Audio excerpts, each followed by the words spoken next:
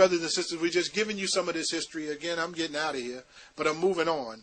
And I'm moving on for numerous reasons. And as I said, I can go all the way back, but I have to clear this brain. This brain has been so in flux for 53 years of so much stuff that I would never answer to. I just accepted it. But when the question is raised, why would Isaiah Kareem, who was a former minister for the Honorable Elijah Muhammad, there in Dallas or Baltimore, Maryland, why would he call the messenger wives, as they would say that language, prostitutes? And then for the public to allow that to be printed in the edition of the Muhammad Speaks newspaper, and yet I heard her give a contribution several months ago now, and they refer to her as Mother Lucille.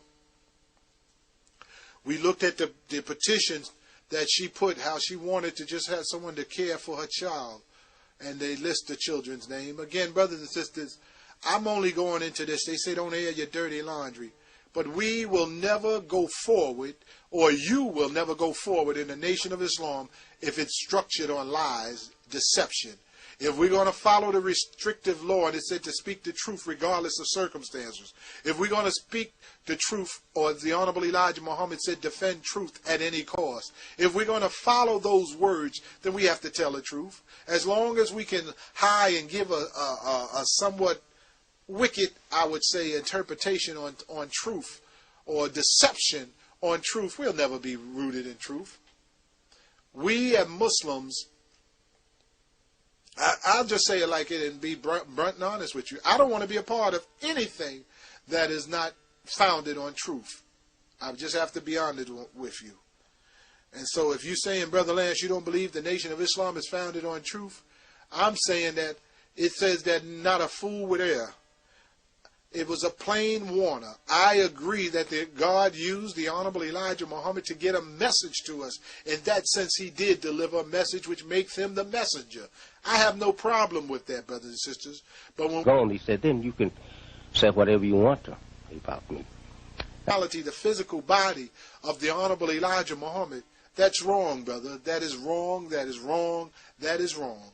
I say to those of you who want to fix all of this certain magnetism to Minister Louis Farrakhan, that is wrong, that is wrong, that is wrong. When this man closes his eyes and they start opening up and you start investigating Louis Eugene Walcott, you're going to really be surprised, brothers and sisters, when the Honorable Elijah Muhammad said one would come along that would make Malcolm's hypocrisy look like child's work, huh? When you start really looking to see who was government agents, when you started really looking at the COINTELPRO and see it from another angle, you thinking it's all Wallace D. Muhammad, that's the one that the government named in 1969. That's the one the government named that we should watch, Wallace D. Muhammad. But they also say we should be in position to change the direction of the Nation of Islam. Louis Farrakhan has changed the direction of the Nation of Islam, and I don't want to use those cliches where they say he is directing the change. No, sir. You know, the government doesn't fear Louis Farrakhan. He just came to New York to do a press conference to warn them on Libya. He did one a few months ago where he warned them on Libya. He just constantly warning. Brothers and sisters, the government is not paying them any attention. They know that the minister wants to jump into the spotlight. They know he's a lover of these cameras. They know that he loves attention. And they know also he wants to be relevant in history. So he is going to work on that, as he's working on a recording album, as he said. And he want to tell us Tina Marie offered a song called A Message to the Black Man. White Tina Marie. A devil Tina Marie. Brothers and sisters, her music may sound well, but please, we don't need that. But he's not Quincy Jones. He's trying to get a Grammy. The minister never gave up his music. He plays that violin. That's his love. But that's all right. But don't try to play like you're the right hand of God. Don't play that you got two backing you up. No, brothers and sisters, that's all foolishness. And again, you're going to see when he closes his eyes and they start to really investigate how many children this man have had. Huh? When you get to understand a lot of the foolish things this minister has done. As I mentioned earlier, he told you about Sweet Akbar, how he and Brother Khalid wanted to go after a man who they felt would robbed them of $25,000 when the nation was facing hard times. Well, what do you say about Minister Louis Farrakhan giving $50,000 to Melba Moore because she had some financial problems in her life? The whole nation has financial problems, but he can give $50,000, and this came straight from Melba Moore, speaking in Queens. So, brothers and sisters, again, you have to ask yourself, who are we following? Who are we with? Why are we with it? Do we not have a common sense, or do we just follow anybody who stands up before us because they sound good and they can read from the Holy Quran and they make you sound, the words dance off your mouth? You know, some of you think Sister Tainetta Muhammad, the wife of the Honorable Elijah Muhammad. Brothers and sisters, please wake up. Just wake up. That's all I'm going to say on that matter. Let us wake up. The Honorable Elijah Muhammad, I love the Honorable Elijah Muhammad. I will go to my grave loving the Honorable Elijah Muhammad. But I love him now in a different sense than I saw him just a few years ago, brothers and sisters, because a certain knowledge have come to me. And I love him. I grew up loving Louis Farrakhan, whether you want to believe it or not. I traveled all around this country. Wherever he was going, I had to be there. Brothers and sisters, not only to secure him, to see that nothing went off, to make sure that he was get in and get out, but I also went there because I just loved being in the presence of hearing that language. But again, I thought we were rebuilding a nation. Maybe I'll play some of those clips where he went on his advertisement when he was writing in the local newspapers here in New York, Amsterdam News, with his column, The Final Call. Perhaps I'll play the commercial where they said the nation is being rebuilt. We have a newspaper now. There's so much we could bring on this history. Again, brothers and sisters, I'm not one who just collects information. I utilize that information. I have Minister Jeremiah X speaking at the mosque. I have Minister George 7X speaking at the mosque. I got Minister Louis X speaking at the mosque. I got Minister Willie 5X speaking at the mosque. I got Minister Troy X speaking at the mosque. I got Minister Louis X and Louis Farrakhan speaking. All of this is 1964, 65, 66, 67, 68, 69. I have that history, brothers and sisters. No one has to tell me an artificial history where they are fluffing it up and putting themselves in it, and not only that, out and out lying. I mean, I got Minister Farrakhan talking about Clarence 13X. It's a different Louis Farrakhan than that was talked when he died in 1969. Brothers and sisters, I'm just telling you, brothers and sisters, this is history. It's just history, it's just history, it's just history. And all praises are due to Allah. I thank Almighty God, Allah, for this opportunity. As I said, I'm moving on, and I just spending so much time, and I should just abruptly stop. But I wanted to give you some of this history because again, the former James 67X Warden, James Shabbazz, as you know, he was in charge of the Muslim Mosque Incorporated, the organization that Malcolm founded. He also shared with me that Malcolm, it was never about the babies. He said it was never about the children. That's why Malcolm X was leaving the Nation of Islam. He said he was disgusted over the shooting of the secretary out there at Muhammad's Temple of Islam, number 27, in Los Angeles, California, Ronald T. X. Stokes. I think it was April 27th of 1962. He was very upset over that. And that he went to the Honorable Elijah Muhammad and said to the Honorable Elijah Muhammad that he wanted to add a part on the bottom of the charity slip to take care of the family of Ronald T. X. Stokes. And according to James 67X, he said Malcolm told him that the Honorable Elijah Muhammad said that the devil killed him, let the devil take care of him, and that Malcolm was pretty upset behind that action. As you know, his cousin, Ronald T. X. cousin, was also a secretary. Brother Audrey in Boston, Audrey Burnett, I believe, was his name, out of Boston, Minister Louis Farrakhan's mosque, and he left the Nation of Islam for a number of reasons as well. And we have an interview with him and Malcolm discussing some of these things. But it's just so much history, so much we could tell you. Again, I'm not just a collector. I was a brother who grew up in it, and when you grow up in something and you believe that the man that you following is God's last messenger, everything about it was important to me. I tried to hold on to everything. If it was a flyer, if it was a bill, whatever it was, I tried to maintain it and hold on to it because this was God's messenger, so God's hands had to be in it. That was my thinking, but I'm moving on. I'm moving on because in my little small circle, it's important. But to the overall world, no one gives a damn. No one gives a damn about who sacrificed, who laid themselves down on the line, who gave up their life for this. Brother Norman 3X Butler, again, Muhammad Abdul Aziz, got a divorce, I believe it's like 6 or 7 years while he was serving the time for Malcolm's murder because the wife just couldn't hold on. It's just, I'm telling you, brothers and sisters, it's a long trial, and many of us have made sacrifices that none of you even care about because it's like, oh, so what? So what? So what? If it isn't about the leader, then you don't even care. And that's not Islam, and that's not a brotherhood.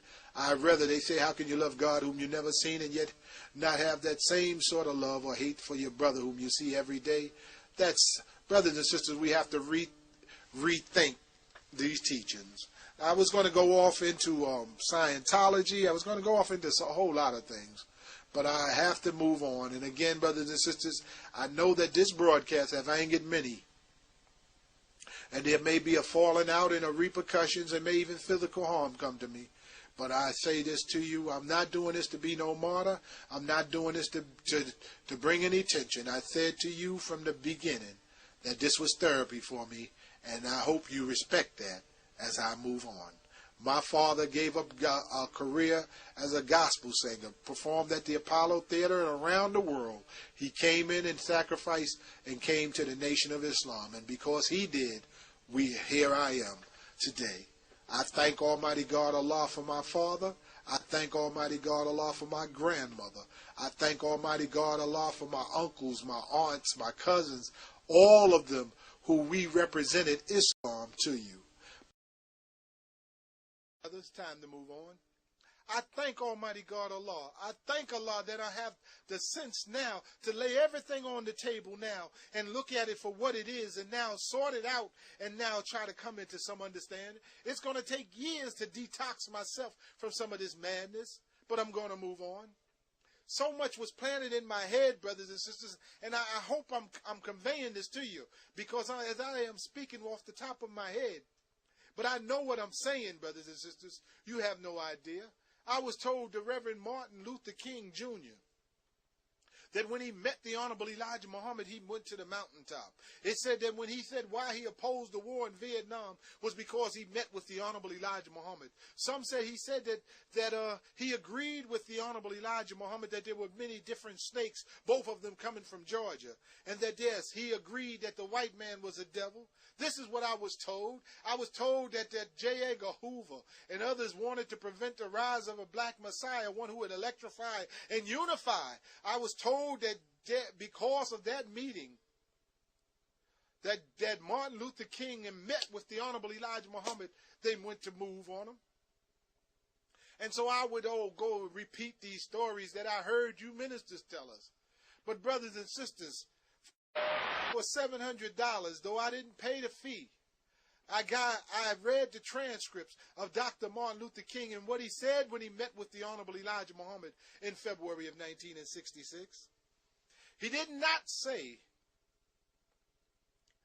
as a matter of fact, he said that he didn't agree with the Honorable Elijah Muhammad. He was in Chicago and he paid him a visit that lasted only 50 minutes. Though Sister Khalil Ali said that she served him food.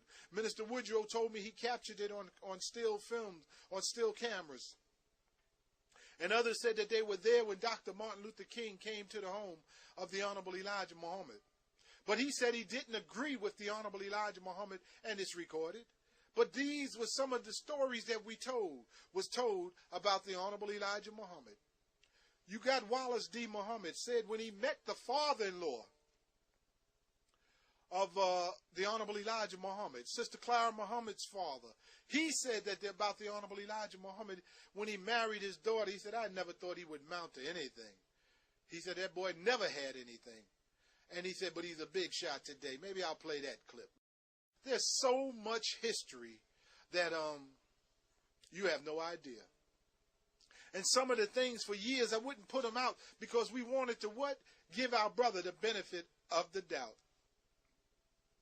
Master Farad Muhammad said, are there any Muslims other than righteous? I beg your pardon, I've never heard of one. So he said, we give our brother what? The benefit of the doubt.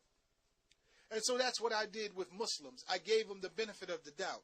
But at the same time, you clog your brains up with so much stories, brothers and sisters, that are not actual facts. You know, you'll bug yourself out. And I'm just trying to weed myself away from a lot of that madness. And so I'm moving on. Brothers and sisters, I met Joe Tex when I was first 9 years of age. And I loved him from the time I met him. I loved him for his performance. They called him the clown prince of, I forgot the title they used to call him, but the clown prince of dancing or something they used to call him. Amazing, it just slipped my tongue. But I loved Joe Tex from the time I met him, brothers and sisters. I met him at a Muslim bazaar. My dad was holding post back at his dressing room. And we just enjoyed the performance of Brother Joe Tex. He had accepted Islam, he told me, in 1966. Though there's an article in the Muhammad Speaks that say in 1967. But he told me that he accepted at Mosque number 29 in Miami, Florida in 1966. He became a Muslim follower of the Honorable Elijah Muhammad. As you know, he would walk away from show business when he was at the height of his music career. He had a triple platinum record called I Got You, but he walked away from it to help the Honorable Elijah Muhammad. He would work on the drive to build a hospital, the hospital drive. Again, brothers and sisters, I'm just taking this time because I'm not doing any more shows. I'm going over this history and I'm taking my time deliberately today because I'm moving on. And I just want to give you this history for one last time. Those who are interested in it, there you have it. Those who are not interested in it, you can log off. But I'm doing this. I'm setting it and I'm leaving it out in the atmosphere for my children, for my cousins, those who once accepted Islam, and those now. I want you to know, because you only know me as a Muslim follower of the Honorable Elijah Muhammad.